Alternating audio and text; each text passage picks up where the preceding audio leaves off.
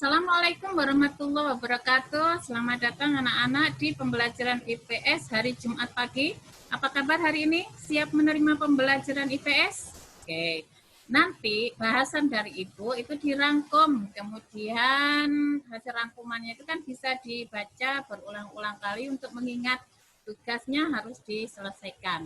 Baiklah, Ibu akan share materi kita yang akan kita bahas hari ini, yaitu tentang kelangkaan dalam pemenuhan sumber daya alam. Ibu besarkan dulu ya slide-nya. Oke, muncul. Apa itu kelangkaan? Seperti misalnya Ibu berikan contohnya seperti ini ya. Pernahkah kalian melihat ada antrian untuk mendapatkan air bersih pada saat musim kemarau? Atau mungkin ketika harga BBM dinaikkan, kemudian di sekitar pom bensin itu ada antri panjang motor sama mobil. Nah, yang Ibu jelaskan ini, yang Ibu berikan contoh ini adalah kelangkaan. Apa itu kelangkaan? Oke, kita bahas. Kelangkaan merupakan masalah ekonomi manusia.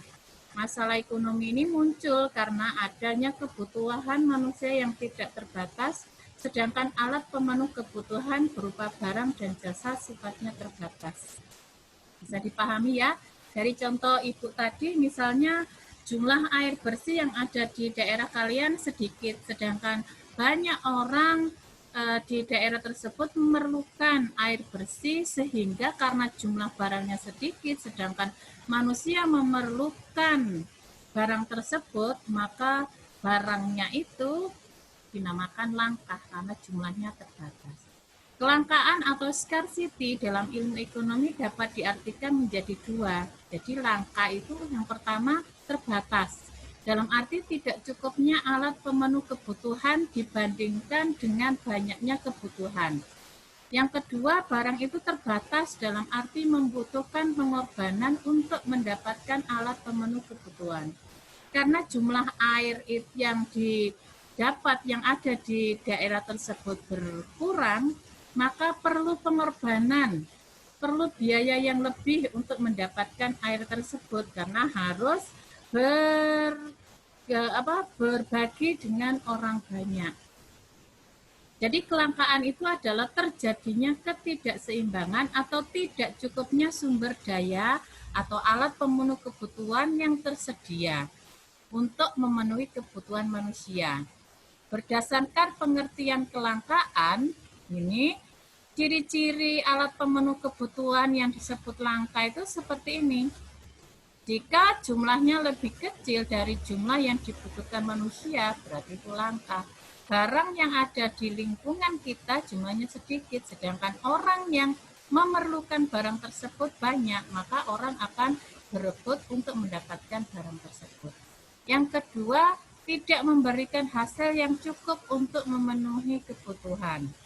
Jadi karena jumlahnya sedikit, walaupun dipasok dari daerah lain, tetap jumlahnya tidak memenuhi kebutuhan manusia. Misalnya di daerah Longkikis kekurangan beras, maka orang akan berebut untuk mendapatkan beras. Kemudian pemerintah daerah itu mengusahakan pasokan beras, tapi karena jumlah manusianya itu banyak yang memenuhi, walaupun dipasok dari daerah lain, jumlah kebutuhan berasnya masih kurang. Itu yang B, poin B. Kemudian yang C, untuk memperolehnya diperlukan biaya atau pengorbanan. Jelas ini ya. Kelangkaan tidak mungkin terjadi jika manusia dapat menggunakan sumber daya yang ada itu dengan bijaksana. Jadi jangan nimbun barang, tapi kasihlah kesempatan orang lain untuk mendapatkan barang. Itu namanya orang yang bijaksana, kalau dia mengerti orang lain itu memerlukan barang yang diinginkan itu bersama. Oleh karena itu, keinginan manusia untuk memenuhi semua kebutuhannya merupakan salah satu penyebab kelangkaan. Ya, nah berikut ini adalah faktor-faktor yang menyebabkan kelangkaan. Yang pertama, sifat serakah yang dimiliki manusia. Jadi pahami ya, karena barangnya sulit didapat, orang yang sudah menemukan barang itu akan menimbun barang dalam rumah dalam jumlah banyak. dia tidak peduli orang lain itu nanti tidak mendapatkan barang yang penting yang dimilikinya. Itu namanya sifat serakah. Kemudian yang kedua, persediaan sumber daya yang terbatas. Ini paham ya? Kemudian yang ketiga, kebutuhan manusia terus meningkat, namun sumber daya alam baru belum ditemukan.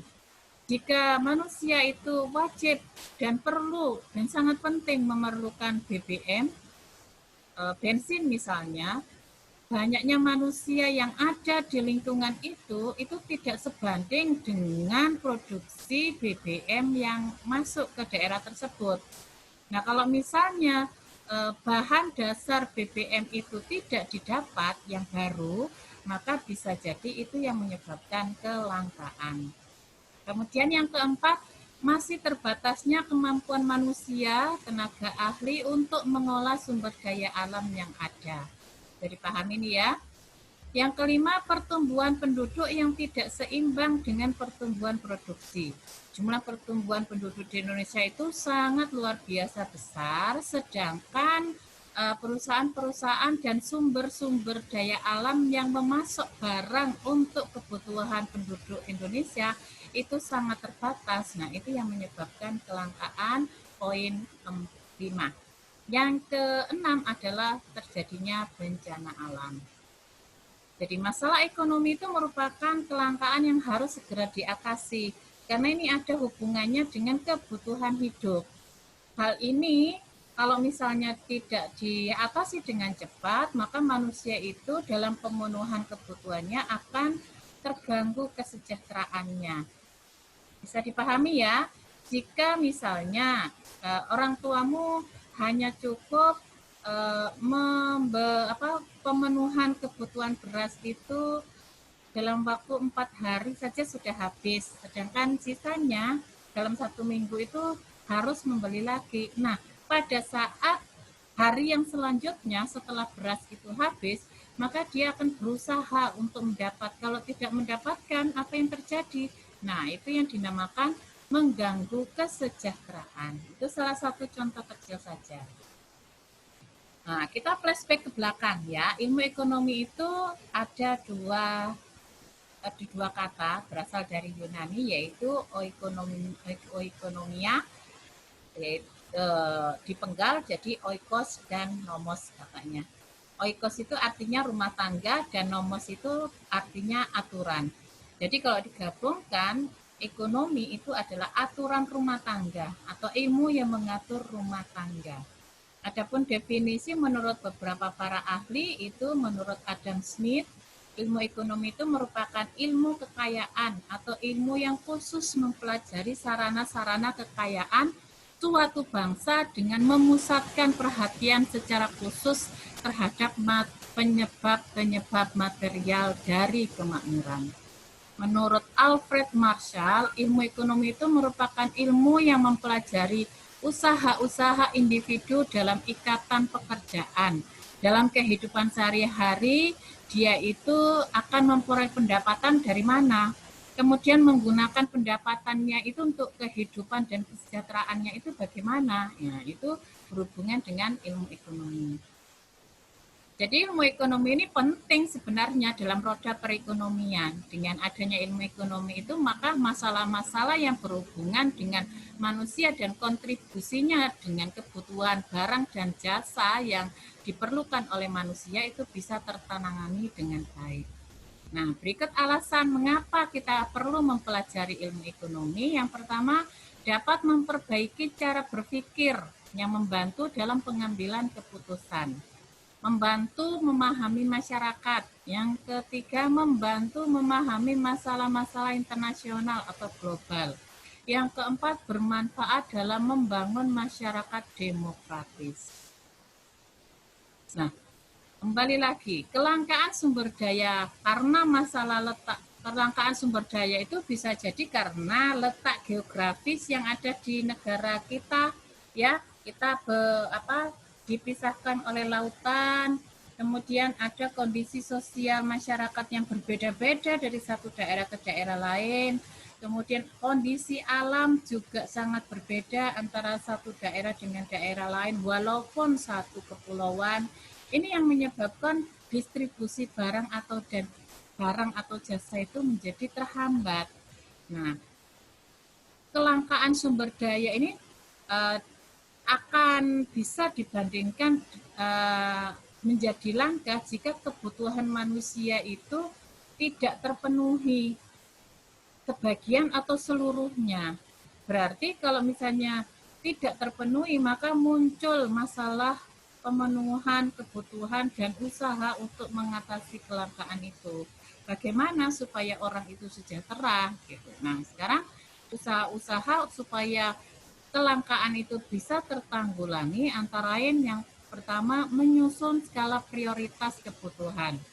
Artinya mengurutkan kebutuhan berdasarkan tingkat kepentingan dan mendesak tidaknya kebutuhan tersebut. Jadi kalau kita banyak sekali keinginan, maka kita harus mengurutkan mana kebutuhan yang paling penting, mana yang sedang, mana yang tidak terlalu penting. Nah, kita kelompokkan. Kebutuhan yang penting itu yang akan kita dahulukan. Itu namanya menyusun skala prioritas.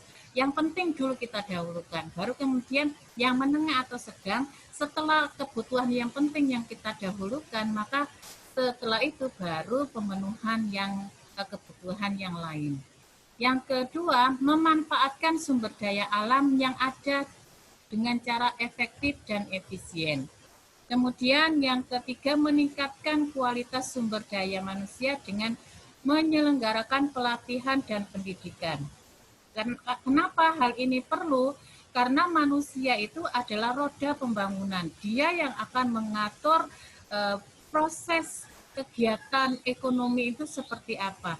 Dia akan menjadi pemikir, dia akan menjadi produsen, dia akan menjadi pemakai atau konsumen, itu semuanya bisa terjadi karena manusia. Oleh karena itu diperlukan manusia-manusia yang sudah mendapatkan pelatihan dan pendidikan yang bisa mengubah keadaan ekonomi di sekitarnya itu dengan baik. Yang keempat, mengelola dan mendayagunakan sumber-sumber modal yang tepat. Sebagai makhluk ekonomi, hendaknya kita menyadari dan mencoba untuk melakukan usaha penanggulangan kelangkaan sumber daya tersebut. Dengan melakukan upaya penanggulangan kelangkaan itu, maka kebutuhan kita bisa terpenuhi dengan baik.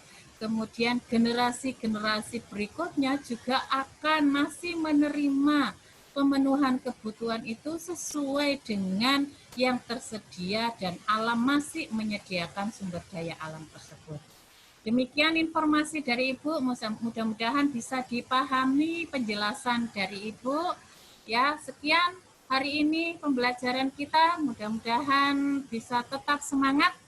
Assalamualaikum warahmatullahi wabarakatuh.